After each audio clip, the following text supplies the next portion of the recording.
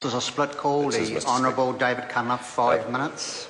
Mr. Speaker, thank you very much. I appreciate the opportunity to take a 5-minute call towards the end of this debate, and it's often the role at the end of the third reading to do a bit of a sweep up of the arguments that have been mounted by the opposing side and also the key issues from our own side. Mr. Speaker, perhaps to start at the highest level, what is the order of logic here? Is the climate changing? Resoundingly, the world scientists say yes, it is. Is that change generated by human-induced emissions? The International Panel on Climate Change says there's a 95% plus probability that we will get a human-induced change between 1 and 6 degrees Celsius this 21st century. And if that doesn't sound a lot, 6 degrees in 1 century is species threatening. That's our species. That is a catastrophe. Let us hope and pray that does not exist, or that does not come to pass. But there's certainly a very high probability, 95% plus, that we are in the danger zone already. Can we stop it? Is the science good enough? Do we know the causality? Yes, we can, as Barack Obama would say, and good on him for getting a second term. And climate change denying did not help Mitt Romney with the American voters. Can we stop it? Yes, we can. We know the causalities, we know the mechanisms, we know it's methane, CO2, nitrous oxide, sulphur dioxide. We know that 53% of our emissions come from agriculture, the rest from transport and industry. Having an ETS in New Zealand without agriculture, part of it, provides an inappropriate subsidy to farming, and it provides an inefficient penalty to industry, transport and consumers, and of course to taxpayers who are picking up the tab. Is there an economy-environment trade-off here? The government's arguments are based upon that assumption.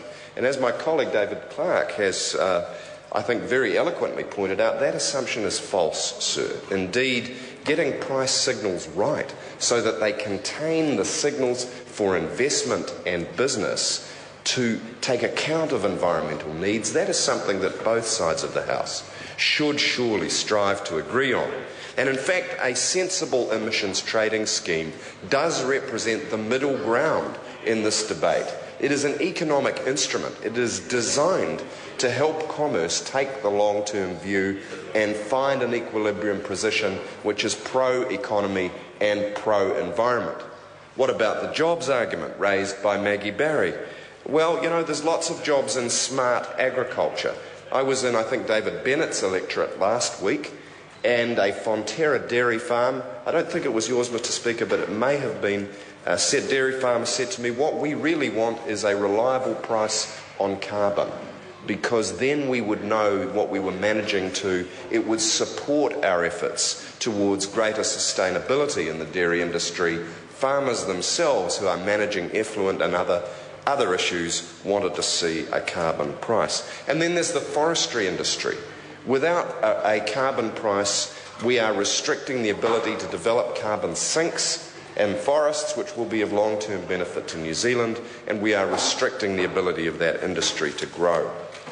A couple of words on contributions from the national speakers. Nick Smith. The tragedy of Dr. Nick Smith is that with all his intellect, and I would warrant with a good dose of goodwill towards this issue, he seems to have missed the point that he is being used, that the token blue-green element from his side is not reflected in mainstream national policy, and his advice to his colleagues has been largely ignored.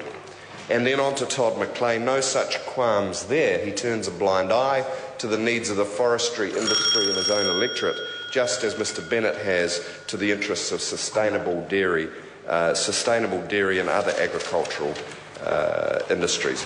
Mr. Speaker, in the last contribution to this debate and the second reading, I was pretty passionate about this, not just as an MP, but as a father. Because when you put all the economic arguments and you put all the scientific details and you put all the partisan bickering aside, we are left with an inescapable fact that in the lifetime of ourselves, our children and our grandchildren, these chickens come home to roost.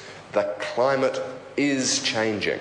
Superstorm Sandy may have impacted the US presidential election. It was without precedent in the United States. And Mitt Romney, the climate change denier, did not get the job, Mr. Speaker. New Zealanders know what the right thing to do is. They do not welcome a bill that is gutting the emissions trading scheme that could have found a sensible middle ground. Sorry to interrupt the honourable member. His time has expired. I call